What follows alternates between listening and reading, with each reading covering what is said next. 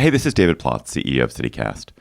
CityCast is hiring a director of finance. And because you're listening to this, I thought you might be a great candidate for the job, or you might know a great candidate for the job. CityCast is a national network of daily local podcasts and newsletters. And as our director of finance, you would develop our finance strategy and lead finance and accounting.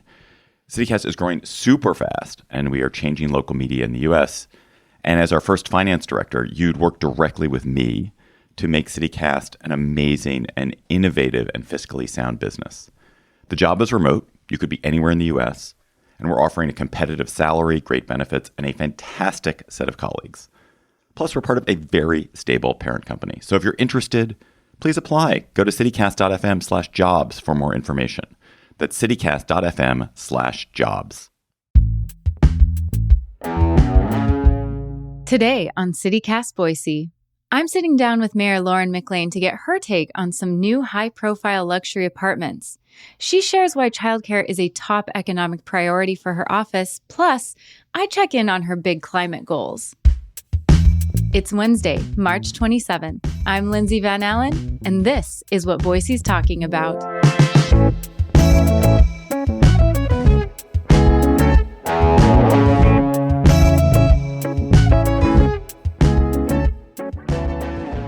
Mayor McLean, it's so good to be in your office this morning. Thank you so much for having us here. Oh, Lindsay, it's great to have all of you here today and to see you too.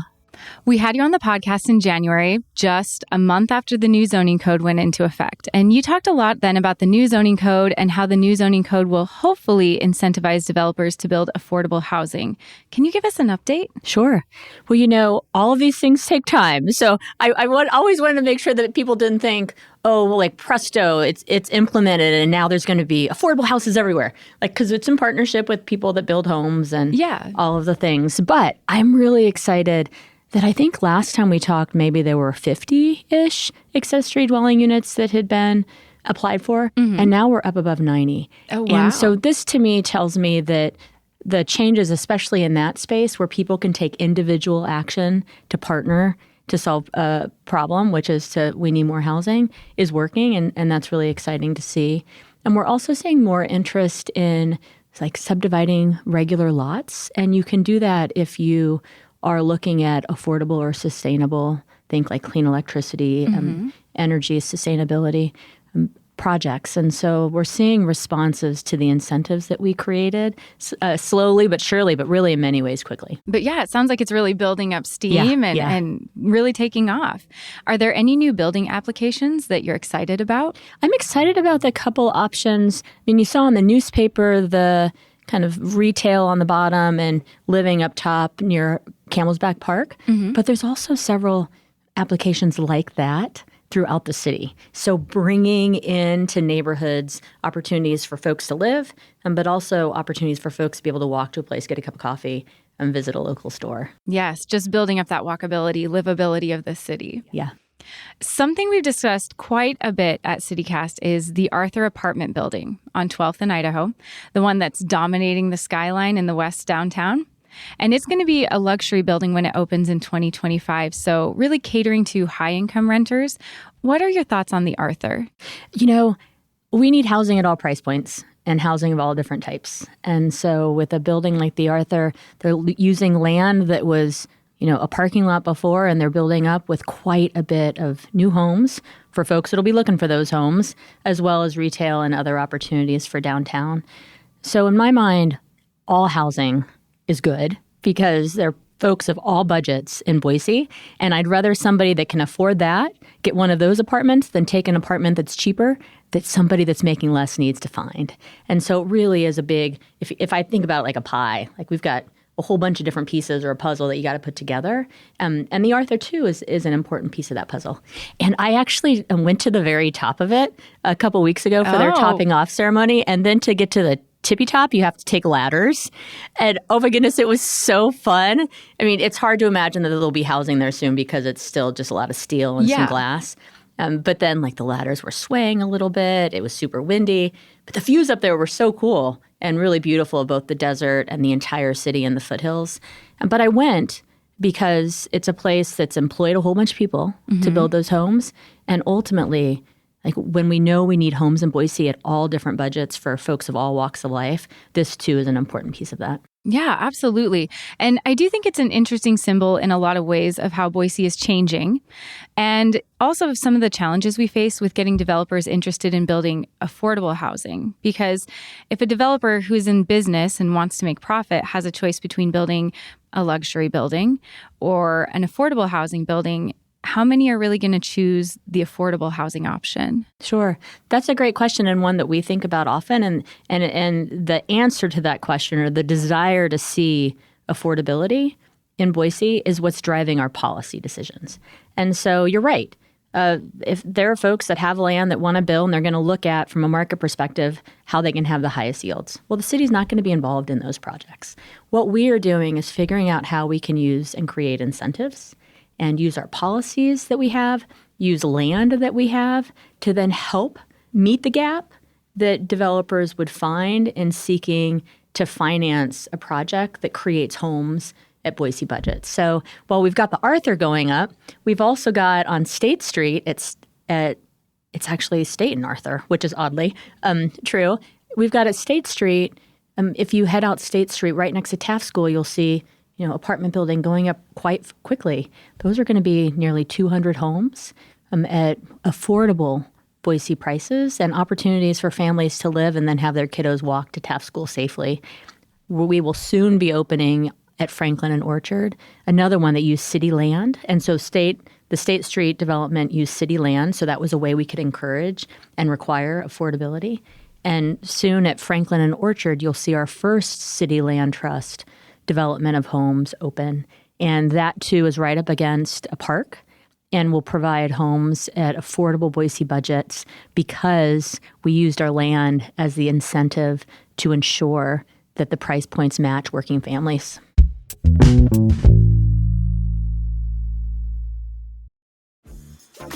Dreaming of a better sleep? Tossing and turning is not your destiny. And Ollie is here to help. Ollie invites you to sink into sweet, sweet slumber to improve your mental and physical health and overall wellness. More than just melatonin, Ollie's ingredients help you unwind your mind for a delightfully dreamy drift off. Sleep is on the way at Ollie.com. That's OLLY.com. Shipping can make or break a sale, so optimize how you ship your orders with ShipStation.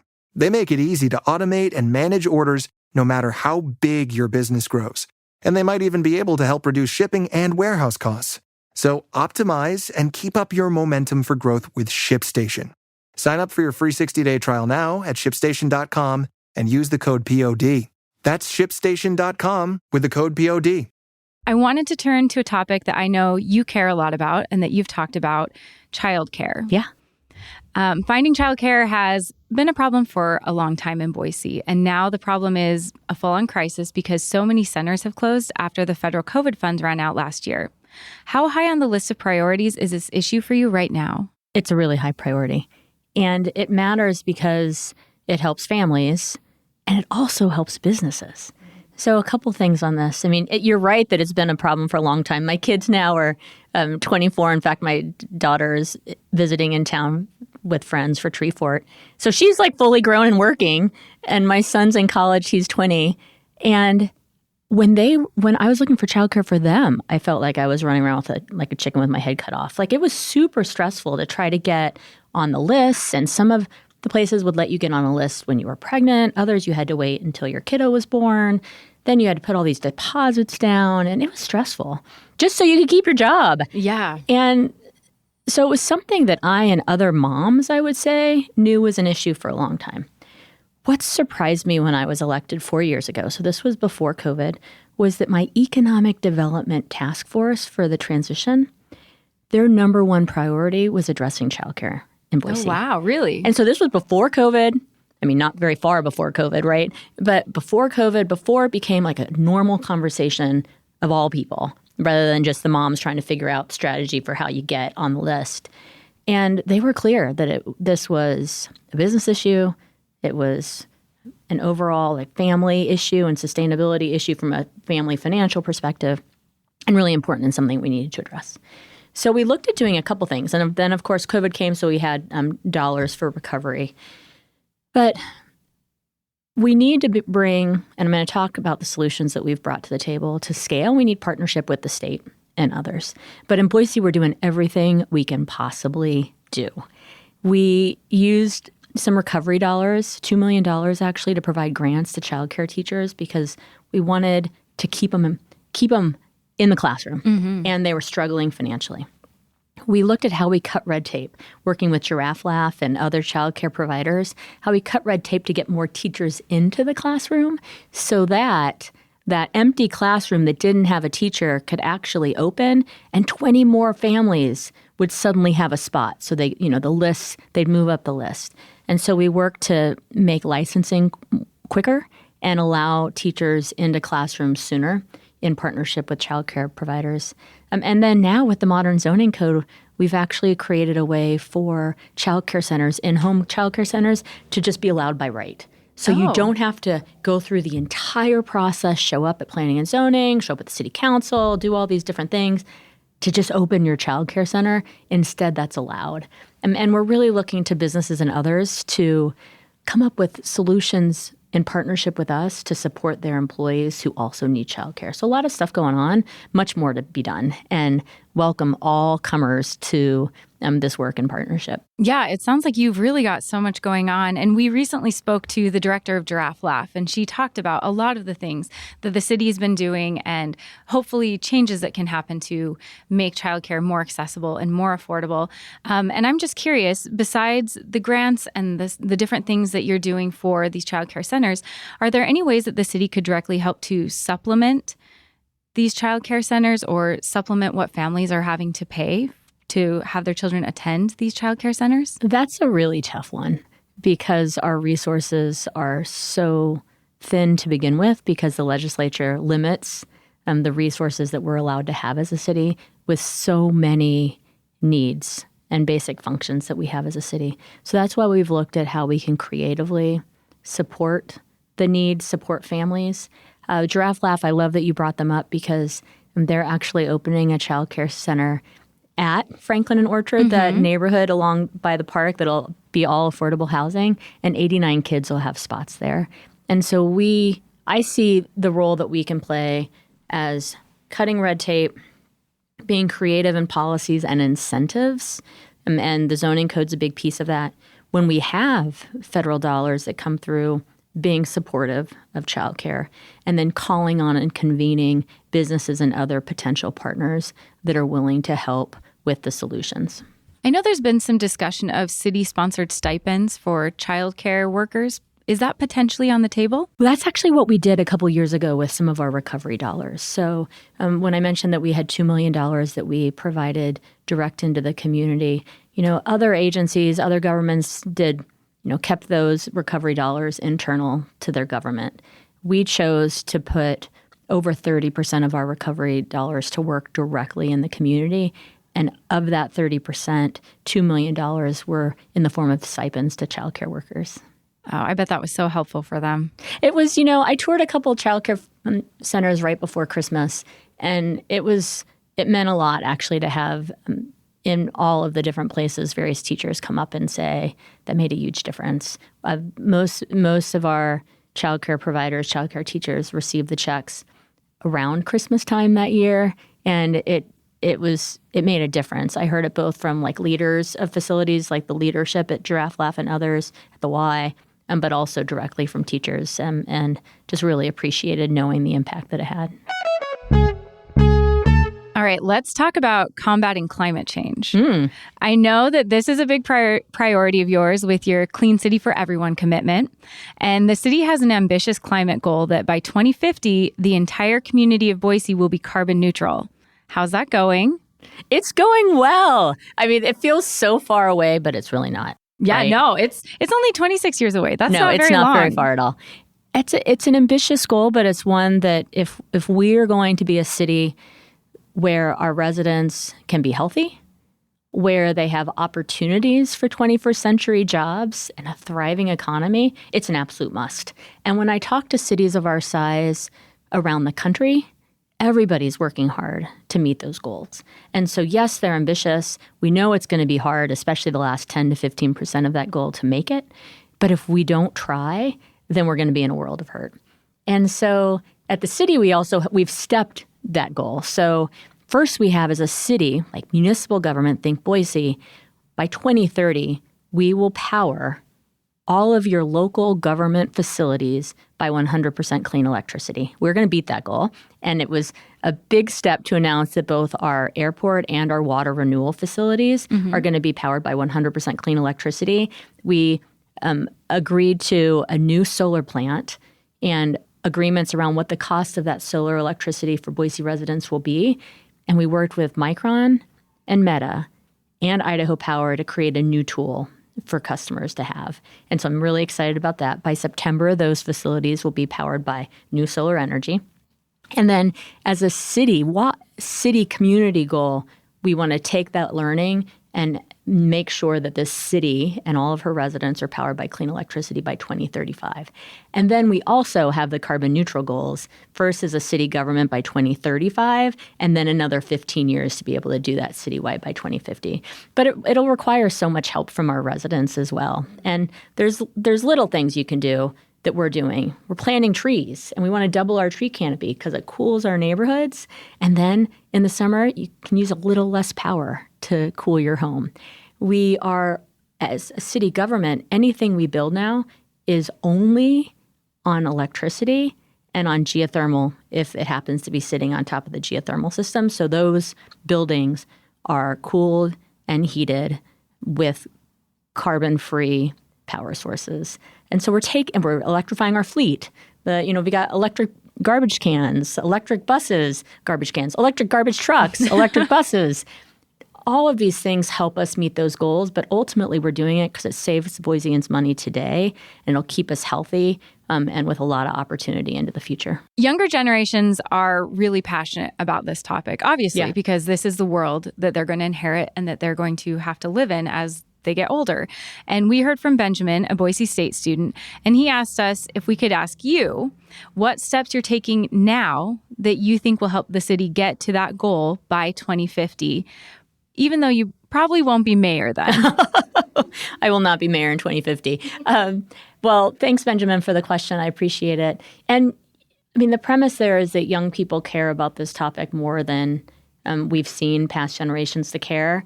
And I think it's true, but I also know that there have been many of us, asking leaders to take steps for a long time. And that's why when I was elected, I was committed to taking those steps that I'd been asking leaders to take to protect this community.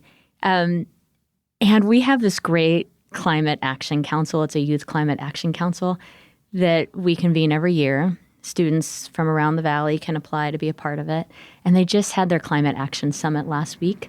And I showed up for part of it. And they'd all broken out into their school groups, and they were creating their own school-based climate action plans, which is so important because we need everybody, all hands on deck, to help us meet those goals. And to hear some of their ideas and to see their commitment to taking action reminded me again why it's so important that we at the city do this work. I touched on some of the things that we're doing because they can be small things, they can be large things. So doubling our tree canopy by 2030 is huge because of the impact it'll have on the temperatures within our neighborhoods. And we know what temperatures are hotter than others. And often those neighborhoods are the ones that we're historically underinvested in.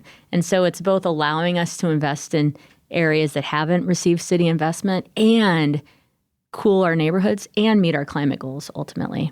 We're electrifying our fleet. So when there's a lot of lines right now because a lot of cities want to do this, but when we're purchasing new vehicles, they're electric because we know our city government will be powered by 100% clean electricity by 2030.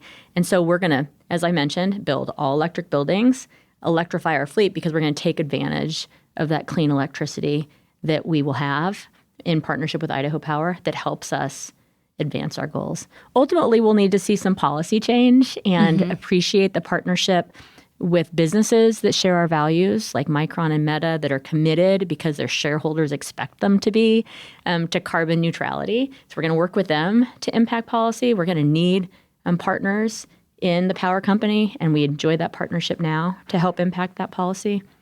And then we're continuing to look for ways. I think our geothermal system is so cool. You guys should take a tour sometime, to be able to expand that as well, to give our residents, our businesses, especially downtown, the opportunity to plug into clean heat to help further those goals. So to get to that carbon neutral goal, getting more people out of their cars is crucial. And one of the ways to encourage that is through our bus system, Valley Regional Transit. And for folks who don't know, there are a couple things that make our bus system different than those in other states, which does make it harder for you as mayor to influence how it's used by people. And the main factor is that Valley Regional Transit does not have a dedicated funding stream from the state. And the legislature isn't really interested in addressing this problem, so funding needs to come from other places, including cities like Boise. And this isn't a new issue, but voters are wondering what ideas or innovation you're bringing to this issue during your second term. Sure. This is key. It really is, because we need to make the bus system easier to use so that more people will use it. Because right now, so often we see that the folks that have to use it have figured out their schedule because they have no other options. And under the leadership of Lane Clegg at Valley Regional Transit, I see and can feel commitment to figuring out how we fund the system in creative ways to be able to grow it so those that have the choice choose to get on the bus. There's a couple things that folks might not think about that a city can do to make this more of a reality. For bus systems to work, you've got to have people living closer to each other. So our modern zoning code, I feel like a broken record, our modern zoning code identified corridors that we wanted to see better bus service along, and we actually concentrated density along those corridors. So think State Street, Fairview, Vista, and the bus system, VRT, is committed to figuring out how they expand service along those same areas where we have anticipated that we'll see the most growth in homes for Boiseans. And so that's a piece, just like figuring out like the map of your city and where folks are going to live is actually a big piece of the puzzle in having a more effective and efficient and more often running, if you will, bus system. We are committed at the City of Boise to helping fund that bus system. So 5% of our very limited general fund dollars goes to the bus system every year. And VRT was looking at cuts this year. But in response to public suggestions on how routes could be fixed, in response to our modern zoning code, and then in partnership with my transportation team, VRT came up with some great solutions. And in June, I think June is change day, and you will now see that more people are within the quarter-mile walk to a bus than before, and more businesses are within the quarter-mile walk to the bus than before. And so with those, incremental changes, we're going to see better performance, and then we expect to see more people riding it. As a city, we're also thinking about different mobility options. So I proposed and the council approved the Boise Pathways Plan that identifies 112 miles of potential pathways that we could develop in the next 20, 30 years. And if we develop those pathways, it gives people an option to move in their neighborhoods more safely, whether that's to school, to a park, to work, without getting on the road. We're working with our highway district to expand the number of safe bike lanes in this city so that folks that are willing get off the road into their bike and feel safe, while also figuring out how we can expand that bus system. Those sound like some fantastic solutions.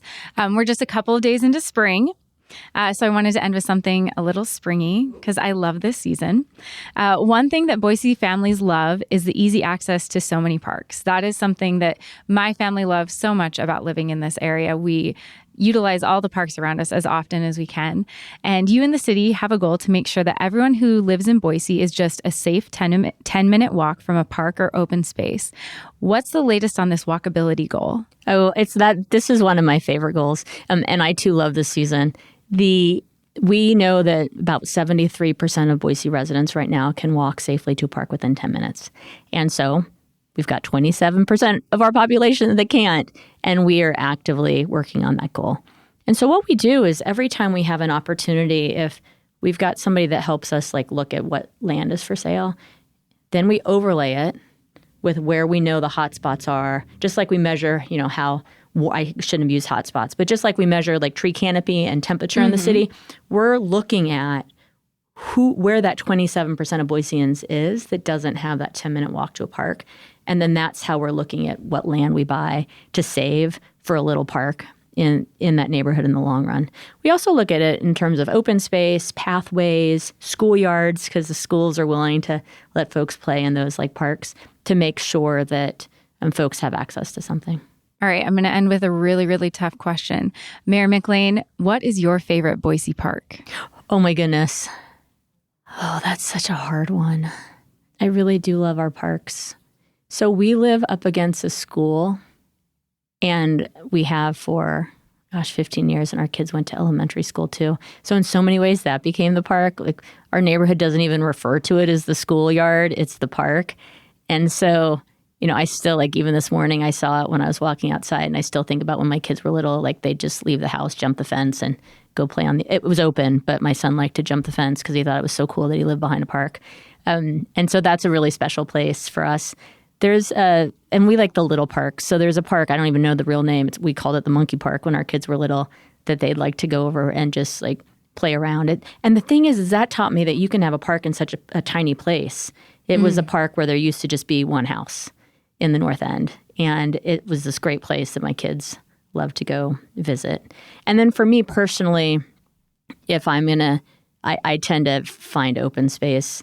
So for me, like, spending time in the park is more often than not like looking for a trail and going for a hike or a run. That's so much fun. I hope you have plenty of time this spring to get to do that. And thank you so much for joining us. Thank you for letting us talk to you and talk about what's happening in Boise and plans for the future. Well, thank you so much. This was really fun. I appreciate it. That's all for today here on CityCast Boise.